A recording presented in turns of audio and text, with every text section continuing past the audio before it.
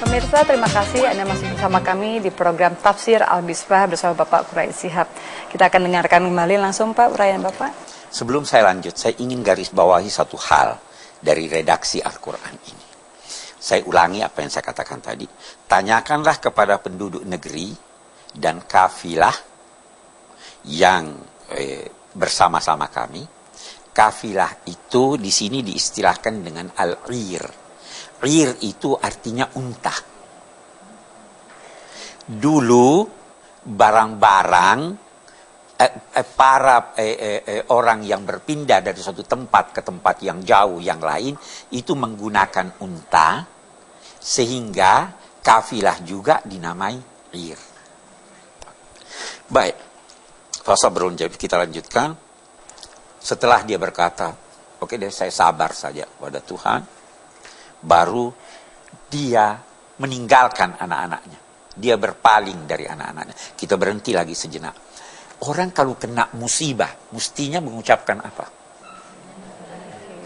Yakub mengucapkan tidak innalillahi wa inna ilaihi raji'un? Tidak ya? Nah, ulama berkata, innalillahi wa inna ilaihi raji'un itu adalah pengajaran khusus buat umat Islam. Kalau bismillah itu sudah dikenal jauh sebelum ini.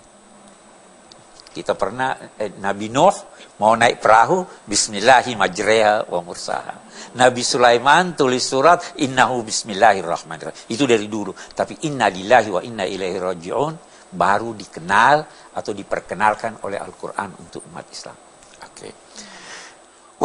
Wa qala ya asafa ala Yusuf. Dia berpaling dari anak-anaknya cerita ini sambil berkata, aduhai sedihnya aku mengingat Yusuf. Masih diingat lagi Yusuf. Itu tadi, pasti ini dia tersiksa nih, kesian. Wa byaddat ainahu minal huzni wa huwa kazim. Dan memutilah kedua matanya. Apa artinya memutih kedua matanya? Terlalu banyak menangis sehingga air mata itu begitu banyak berlinang, mata itu seakan-akan sudah putih.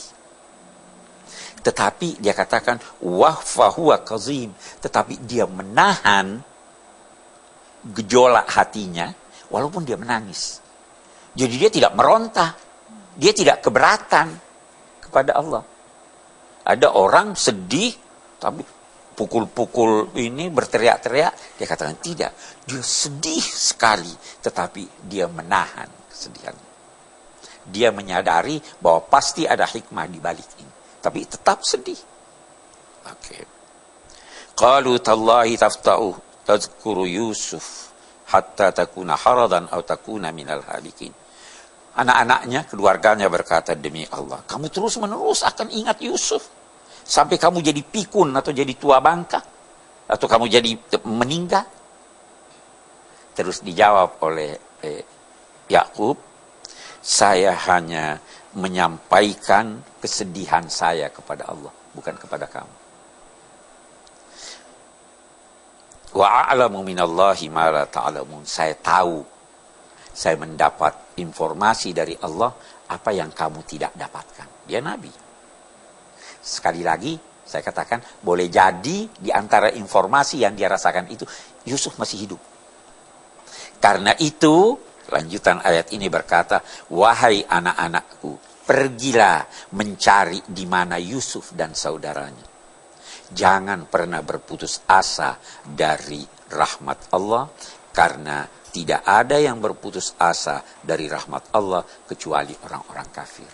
Nah, jadi dia suruh cari Yusuf. Itu berarti kan dia masih yakin bahwa Yusuf ada.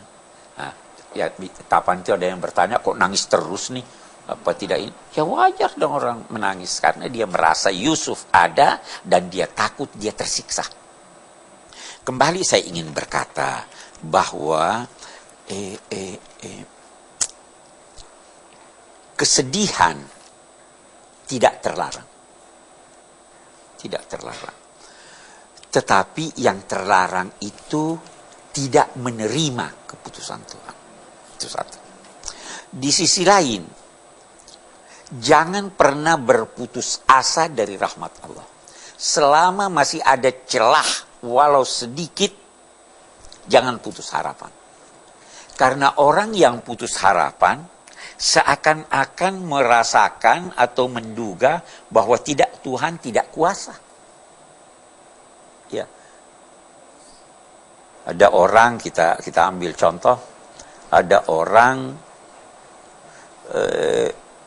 terbakar rumahnya. Putus asa. Jangan putus asa. Tuhan bisa memberi Anda lebih baik dari itu. Ya.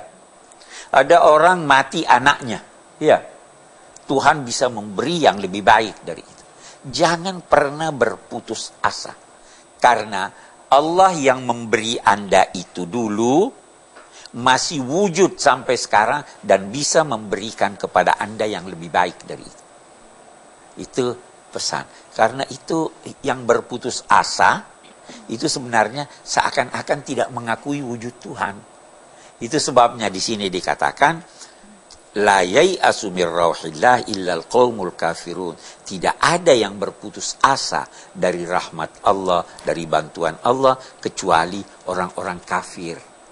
Kafir itu berarti yang menutupi kebenaran, yang tidak mengakui wujud Tuhan. Oh, Tuhan sudah mati. Dikatakan begitu. Tidak ada. Itu sikap dari Nabi Yakub.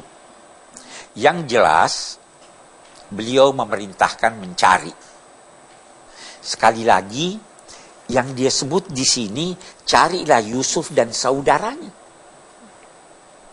Kenapa dia tidak suruh cari kakaknya Yusuf yang paling tua?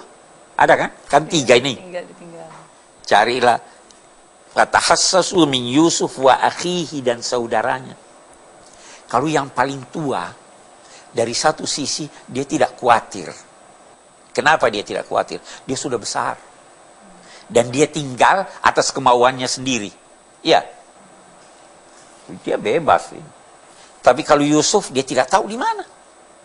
Kalau saudaranya, dia tahu dia di Mesir, tetapi di bawah penguasaan penguasa Mesir. Diapakan dia di sana? Coba cari tahu tentang mereka. Lihat ketelitian Quran ya. Dia tidak berkata dia cari semuanya. Karena yang satu dia sudah tahu dan dia tidak khawatir akan itu. Hal lain yang kita mau lihat, ini Nabi Yakub dinilai oleh sementara ulama bahwa matanya yang memutih itu menjadikan dia buta. Buta matanya. Sebenarnya ada yang menilai dia tidak buta. Hanya matanya menjadi kabur sekali. Tapi buta sama sekali tidak. Nah, karena nanti kita akan lihat pada akhir pertemuannya dengan Yusuf ini, itu matanya kembali melek dengan jelas. Baik, terima kasih Pak. Pemirsa, tetaplah bersama kami akan segera kembali lagi setelah yang